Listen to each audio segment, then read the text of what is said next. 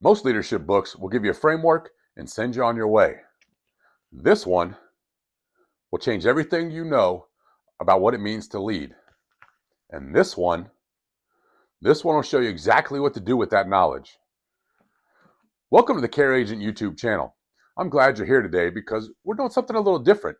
I've got 2 books in my hands, a few tab pages, and something I genuinely believe could shift the way you lead starting today. Tom Peters and Nancy Austin wrote A Passion for Excellence back in 1985. And I know what you're thinking, 1985? But here's the thing, real leadership principles don't expire. The stuff they uncovered by studying the best leaders in the world still happen today, still working, still separating the good from the great. Today, we're going to hit 3 of those principles, and I'm going to show you how they connect to the CARE framework, because leadership without a framework is just inspiration, without having a direction. Let's talk about it. Okay, first one, and this is one of my favorites. Peters and Austin's call it managing by wandering around, MBWA. Now, before you laugh, hear me out. The idea is simple. The best leaders don't lead from behind a desk. They get out there. They're present. They're visible. They're in the middle of what's happening, not watching from a distance. Peters and Austin looked at Hewlett-Packard, one of the most respected companies of its era, and what they found was that executives were out on the floor, talking to engineers, talking to assembly workers, not to micromanage, but to stay connected, to know what's actually going on out there. Think about that in your world. When's the last time you walked the floor, literally or figuratively? Not to evaluate, but just to be there with the others. People perform differently when they know their leaders see them. Not watch them, but actually see them. There's a difference. Now, here's where the CARE framework comes in. The first letter, C, compete with character.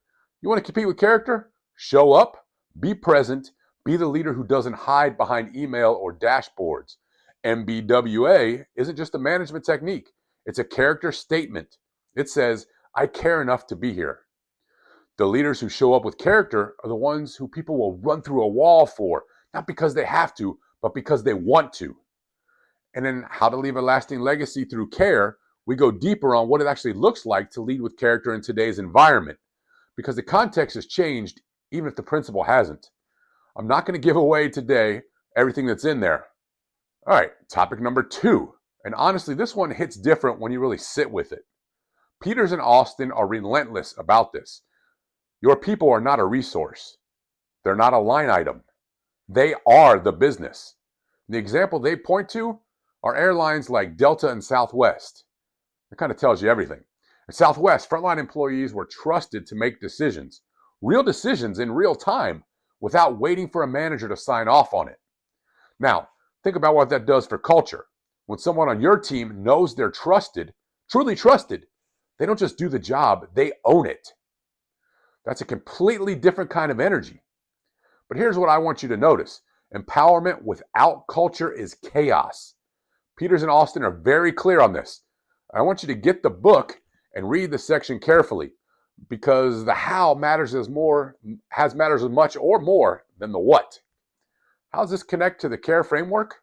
This is the A, acquire an attitude of gratitude and greatness. You can't empower people you don't appreciate. And you can't build greatness in a culture when people feel like numbers. An attitude of gratitude isn't just about people saying thank you. Although that matters, it's about seeing your people, recognizing what they bring and creating an environment where greatness is expected because they feel valued. Ask yourself, does my team know I'm grateful for them? Not once a year at a banquet, but regularly and consistently. Because Peters and Austin found something important, and we talked about it in our book too. The leaders who build the most loyal, high-performing teams aren't the ones who demand excellence. They're the ones who inspire it through genuine appreciation and relentless belief in what their people are capable of. That's greatness, and it starts with gratitude. All right, last one, number 3. And I saved it for a reason, because I think it's the one that most leaders miss. Peters and Austin talk about something they call leadership through vision, symbols, and drama.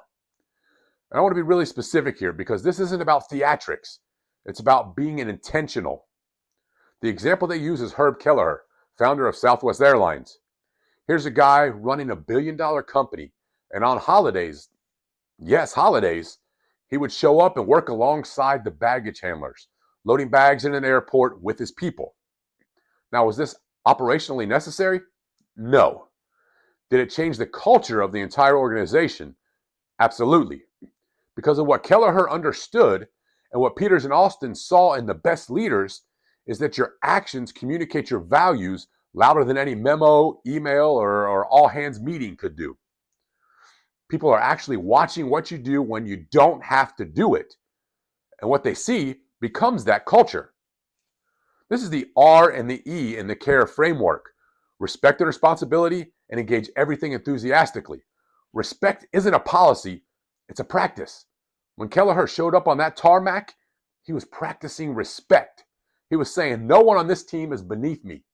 No one's invisible. Everyone matters. And the engage enthusiastically piece, that's the energy you bring to the moments that don't feel important, because those are the moments your team remembers the most. You want to leave a legacy? It's built in the moments you don't have to show up, but you did anyways. Peters and Austin show what it's like in the world's best organizations. And in How to Leave a Lasting Legacy Through Care, we bring it home to the leadership realities you're living right now. I'm not going to sit here and tell you everything in these books, because honestly, that would be doing a disservice to you. You need to read them. You need to sit with them, tab them up, highlight them like I have, and let them work on you. So here's where I'm going to kind of land today. 3 principles, 4 connections to the CARE framework, and 2 books that should be on every leader's bookshelf. If you want to grab A Passion for Excellence by Tom Peters and Nancy Austin, the link's in the description below. Just click on it, go to it, grab it, read it. It's going to challenge you. And if you want to go deeper into the CARE framework and what it actually looks like to build a legacy through CARE, the description is down below. Go grab it also. These are affiliate links. I want to put that out there.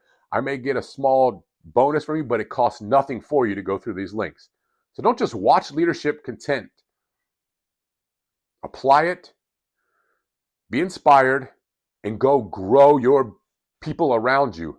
Keep leading with care.